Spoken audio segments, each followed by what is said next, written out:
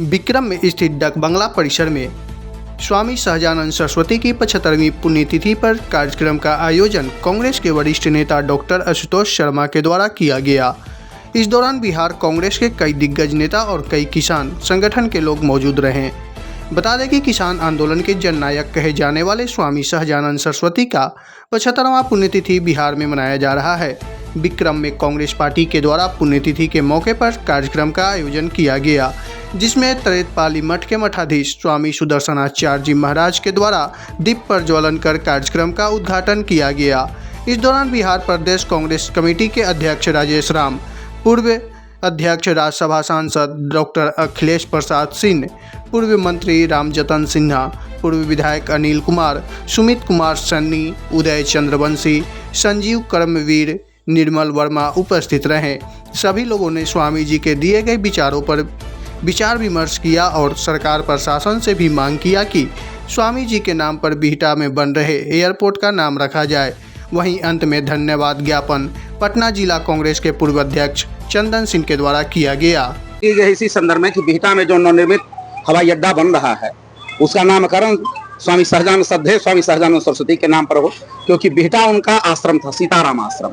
और बिहटा में मैं सौभाग्य है बिहटा का कि उतना बड़ा व्यक्तित्व का बिहटा में रहना हुआ जो देश स्तर के व्यक्तित्व थे। और बिहटा में जब निर्माण हो रहा है तो यही बिना कोई कंफ्यूजन के, उसमें बिना कोई विवाद के, और सभी दलित वर्ग, वंचित वर्ग, कमजोर वर्ग, किसान मजदूर की लड़ाई लड़ने वाला व्यक्तित्व स्वामी सहजानंद से बड़ा कोई नहीं हो सकता है। इसलिए उनका नामकरण इस पर हो, इसलिए हम लोग इस आंदोलन में मांग रखे हैं।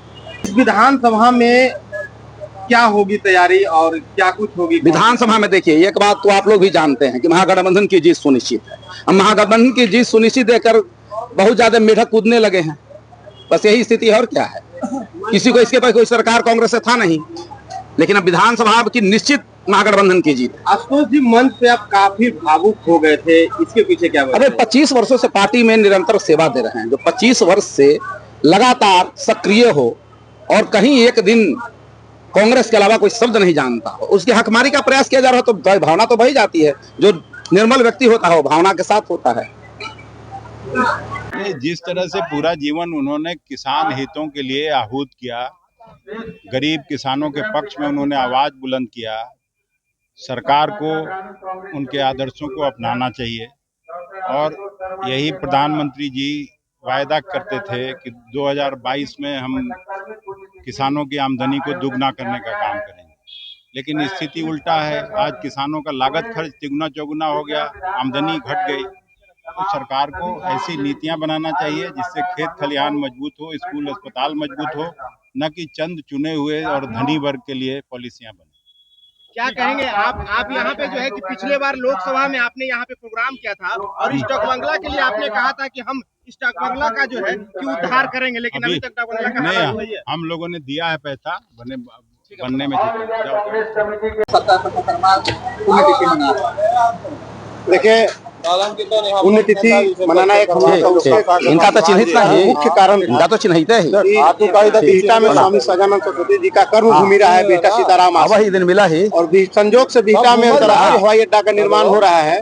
तो हम लोग सरकार को इस कार्यक्रम के माध्यम से मैसेज देना चाहते हैं कि निश्चित रूप से आप बिहटा का जो अंतर्राष्ट्रीय हवाई अड्डा बन रहा है स्वामी सहजानंद सरस्वती जी के नाम पर हो। जितना गर्मी है, कार्यक्रम का मुख्य मकसद यही, जितना गर्मी है ये कार्यक्रम सफल होना चाहिए। आगाज हम लोग किए हैं और अंजाम तक पहुंचाएंगे। जब तक स्वामी जी के नाम पर हवाई अड्डा का नामकरण नहीं होगा, निश्चित रूप से हम लोग वहां पर प्लेन भी नहीं उतरने देंगे। ये भी आपको बता रहे हैं मीडिया के माध्यम से कि प्लेन तभी उतरेगा जब वहाँ स्वामी सहजानंद सरस्वती जी के नाम पर अंतर्राष्ट्रीय हवाई अड्डा का नाम है। मेरा नाम चंदन कुमार हुआ, कांग्रेस पार्टी के पूर्व जिला अध्यक्ष पटना ग्रामीण।